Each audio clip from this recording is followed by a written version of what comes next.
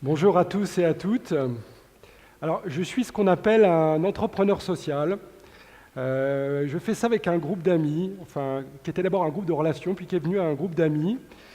Et nous sommes fédérés autour d'un projet qui, à l'origine, était un peu utopique, un peu comme le projet de San Patrignano à ses débuts, qui consiste à trouver des solutions d'insertion durable pour les gens les plus fragiles qui vivent pour l'essentiel dans des foyers d'hébergement d'urgence ou même dans la rue.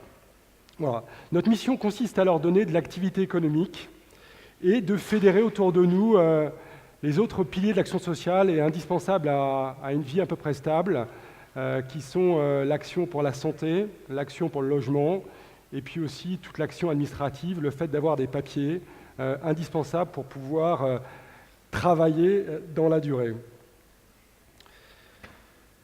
En fait, notre mission, elle s'inscrit dans un problème de société qui est très vrai en France, mais peut-être aussi en Italie, qui consiste à combler le fossé qui existe entre, on va dire, l'urgence d'un côté, les dispositifs d'urgence qui travaillent âprement en fait, pour sauver les vies des gens, qu'ils ne meurent pas dans nos rues, et puis de l'autre côté, les services d'insertion professionnelle qui, dans des périodes de fort chômage, et par les contraintes de taux de sortie positifs qu'on leur demande au regard des emplois subventionnés qu'ils représentent, les entraînent assez peu finalement à prendre le risque de prendre des personnes très loin de l'emploi.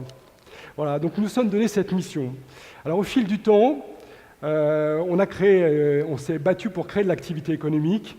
On a une activité économique historique qui est finalement, on récupère des dons de personnes, des dons de biens de la maison dont les gens n'ont plus l'usage, on fait du tri, du recyclage, et puis on revend ça dans des magasins une fois par semaine, et c'est un temps de fête important et je reviendrai dessus. On a créé un deuxième métier qui est né aussi, j'ai envie de dire, d'une démarche assez opportune, c'est qu'on avait peur de ne pas avoir dans nos magasins ça de produits, et du coup on s'est retourné vers le groupe Carrefour, et on a découvert qu'il y avait un modèle économique qui pouvait exister en récupérant leurs produits en fin de cycle de vie, qui partent soit à la benne d'ailleurs, soit chez des hard discounters. Et en fait, en France, il y a un processus fiscal qui fait que le don donne droit à un bénéfice, et ce bénéfice était plus ou moins équivalent à finalement ce qu'ils pouvaient en retirer s'ils le vendaient dans les circuits de hard discount. Et avec ces biens-là, on équipe les familles relogées par les villes, essentiellement la ville de Paris. Et puis on a créé un troisième métier qui est autour du numérique. Voilà, c'est pour ces gens isolés, c'est leur donner une chance d'avoir une connexion, un équipement, une connexion à la téléphonie et à Internet, et leur donner les premiers moyens d'autonomie. Aujourd'hui, on n'existe pas sans téléphone, on n'existe pas sans une boîte mail, sans une adresse mail, et on n'existe pas non plus si on est en incapacité d'aller se connecter et de faire les premières phases d'entrée avec une caisse d'allocation familiale ou un service national de l'emploi. Voilà. Donc aujourd'hui, on fait ce projet à 8 ans. Il est dans ce qu'on appelle une première phase de maturité. Il y a 200 personnes aujourd'hui qui travaillent avec nous sur ces projets-là. Et on fait face, je dirais, à ce deuxième temps, qui est d'inscrire dans la durée notre programme et de faire face à la pérennité. Et cette introduction me ramène vers le sujet de notre session, qui est la réplication. Et finalement, comment, sur tous nos projets d'économie positive, on peut tirer des enseignements, des bénéfices de ce qui a été fait ici, et du travail exceptionnel. Alors la question, c'était pourquoi et comment répliquer San Patrignano? Alors quand on n'a même pas exactement le même projet social, on a aussi des grands bénéfices à trouver. Alors le pourquoi est une évidence.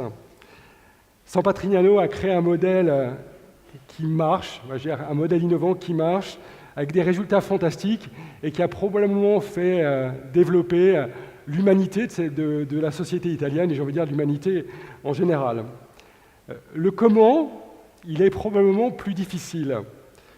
Copier, dupliquer San Patrignano, qui a un projet si abouti, me semble presque impossible, d'autant plus que, on en parlait hier dans une des sessions, c'est quasiment de l'art, et surtout ça a été porté, initié par des personnes qui ont mis, je veux dire, toute leur propre essence, leur propre volonté, et d'arriver à dupliquer ça est quelque chose d'extrêmement difficile.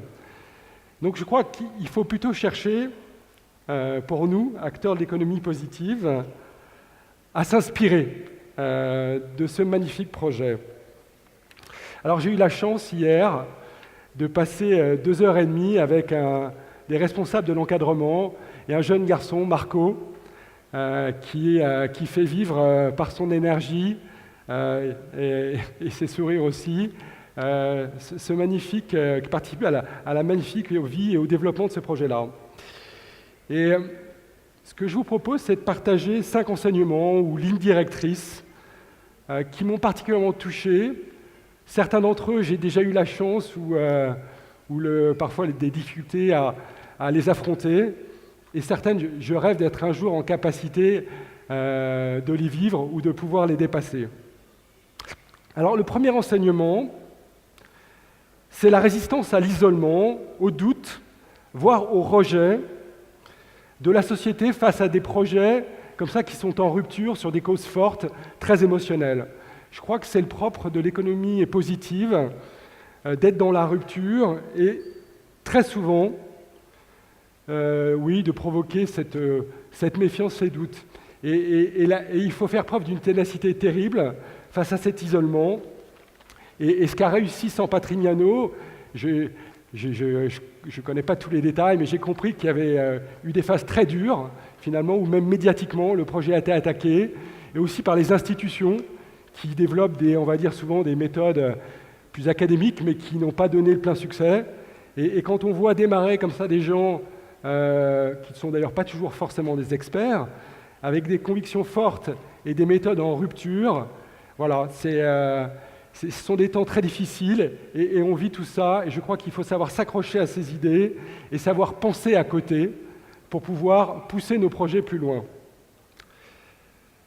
Le deuxième enseignement que j'ai pu tirer de ces 2h30, c'est aussi la ténacité, mais cette fois-ci dans l'expérimentation.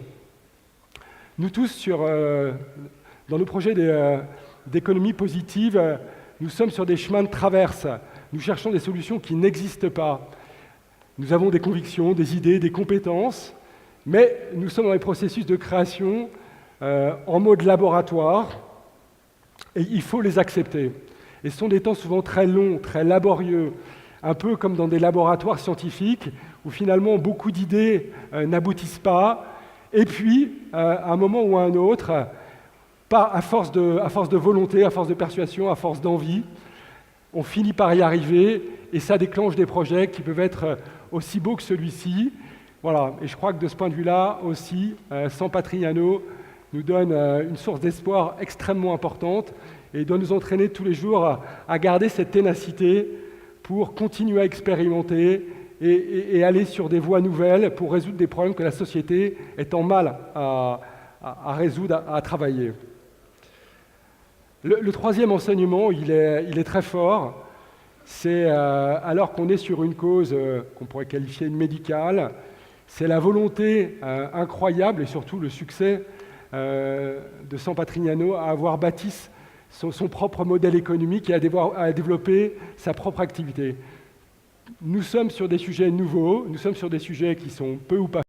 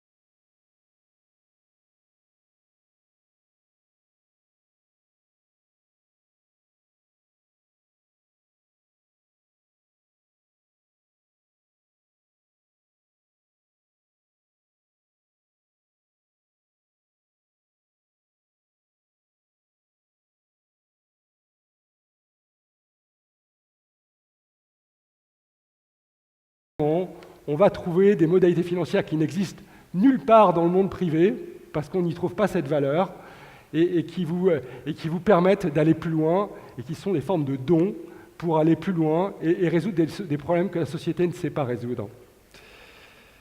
Le quatrième enseignement extrêmement fort, alors que je connais aussi dans le programme que nous menons, c'est l'ouverture. Voilà, nous sommes ici, dans ce centre, et quelle intelligence de nous accueillir. Quelle intelligence, pourquoi ? D'abord parce que ça crée de l'activité économique, et donc que ça contribue à financer ce projet. Mais bien au-delà, et ça je l'ai vécu moi dans mon projet d'insertion, où le samedi finalement c'est un lieu de vente ouvert au public, c'est un temps incroyable pour finalement que les personnes qui sont ici, dans une forme on peut le dire d'enfermement ou d'isolement, aient l'occasion de voir des gens qui soient admiratifs du travail qu'ils ont fait. On se promène ici, même les jardins sont extraordinaires, les écuries, les vignes, tout est d'un professionnalisme incroyable. Et finalement, le fait de pouvoir les croiser et puis finalement de les regarder aussi avec admiration, aussi de par l'effort qu'ils produisent, est forcément extrêmement bénéfique pour toutes ces personnes. Donc je crois qu'il faut retenir cette valeur de San Patrignano, qui est cette valeur d'ouverture au monde, et faire que finalement ces projets-là, soient connus, et deuxièmement, soient des lieux d'interaction, des lieux de partage, où finalement on vienne et on profite de cette fraternité, de cette humanité qui est développée. Le cinquième enseignement, et celui-ci il est vraiment très impressionnant aussi ici à San Patrignano, c'est de toujours continuer à avancer.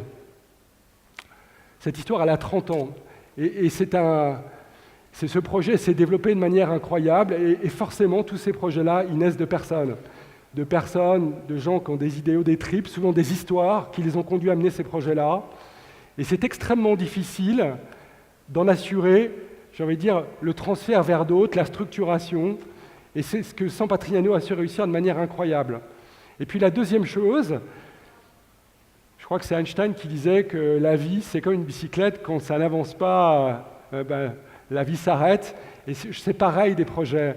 Et c'est pareil des projets, pourquoi ? Parce que les gens qui ont bâti ces choses-là avec une énergie incroyable, qui ont franchi des étapes, qui ont fait tomber des murs, qui ont brisé des glaces et qui sont arrivés à faire tout cela, si dans la continuité, vous ne les nourrissez pas avec le même enthousiasme, si quelque part vous ralentissez, si vous n'êtes plus que dans la gestion, c'est terminé. Vous coupez l'élan, vous coupez la magie qui anime et qui est absolument nécessaire pour mettre l'énergie qui est nécessaire de mettre dans ce type de projet en rupture. Alors, j'aimerais conclure, et je vais chercher la phrase parce que je ne voudrais pas l'écorner, par une citation de saint François d'Assise qui dit « Commence par faire le nécessaire, puis fais ce qu'il est possible, et tu réaliseras l'impossible. » Voilà, et bien je crois que San Patrignano, c'est une évidence, ils ont réussi l'impossible. Et je voudrais vous dire un immense merci. Ce soir, je vais rentrer à Paris avec une énergie incroyable. Je sais, grâce à vous, que l'impossible est possible et que maintenant, nous pouvons le faire. Voilà, un immense merci.